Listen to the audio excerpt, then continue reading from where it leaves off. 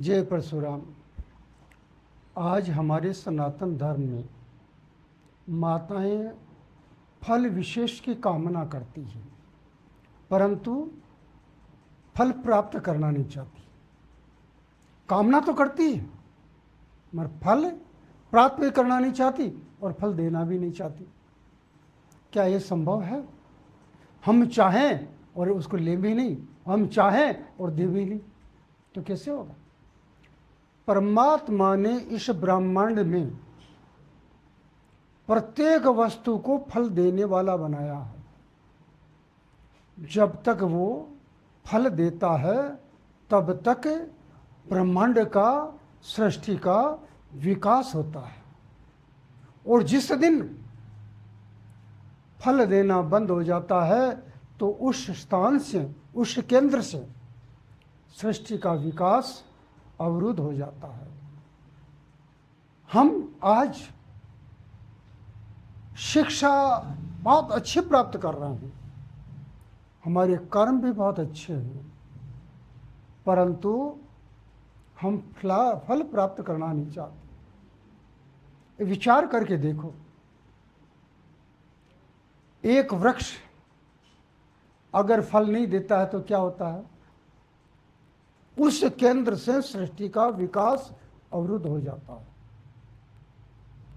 आप खेत में फसल बोई, आपने खेत में फसल की बुआई करी, अगर वो फल देना बंद कर दे या फल नहीं देती है तब उस स्थान से ब्रह्मांड का, सृष्टि का विकास अवरुद्ध हो जाता है।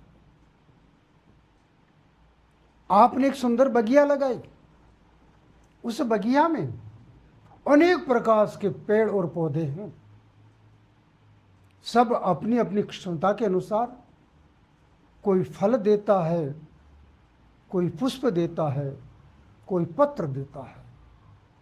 इन सब के द्वारा ब्रह्मांड का एक निश्चित क्रम से विकास होता है। इसी प्रकार परमात्मा ने मनुष्य का निर्माण किया, इसका भी दो रूप बनाए, नर और नारी।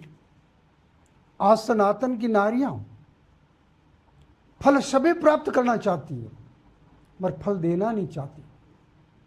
परिणाम स्वरूप आने वाले समय में इन माताओं के कारण से, इन सनातनी माताओं के कारण से, इन युवान माताओं के कारण से इस सृष्टि का विकास अवरुद्ध होगा।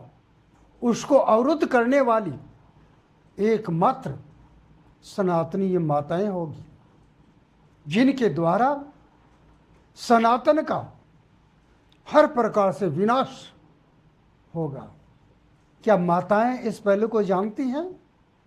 जिन्होंने अपने जीवन को जो परमात्मा ने दिया है उसका सदुपयोग न करके 40-40 साल की अवस्था तक विवाह नहीं करना, विवाह करने के पश्चात संतति को उत्पन्न नहीं करना। आज मनुष्य माताओं का गुलाम बन के रह गया है, जो उन माताओं के द्वारा एक बंदरिया जैसे नचाती है, ऐसे आज का नर नाचता है। इसीलिए उसका जिम्मेदार नर नहीं है, केवल और केवल ये माताएं हैं, जिनको चाहिए कि वो समय समय पर बहुत ही सुंदर संतान की उत्पत्ति करें, अपने शरीर से फल उत्पन्न करें, और ये फल जो उत्पन्न करेगी उसके द्वारा ही परमात्मा ब्रह्मांड में आएंगे, भक्त आएंगे, राष्ट्र भक्त आएंगे, वीर आएंगे। हे माँ, आप इन सब को अवरुद्ध करने का कारण मत बनो, इसलिए आप सहर्ष ही प्रसन्नचित होकर के संतान उत्पन्न करो। हे सनातनी माताएं, आप ध्यान रखो, आपके संतान उत्पन्न करने से आपका शरीर स्वस्थ होगा, निश्चित रूप से स्वस्थ होगा, यह हमारा विज्ञान कहता है। और आप संतान उत्पन्न नहीं करेंगी तो आपके शरीर में अनेक प्रकार के रोग उत्पन्न होकर के आपको नष्ट कर देंगे।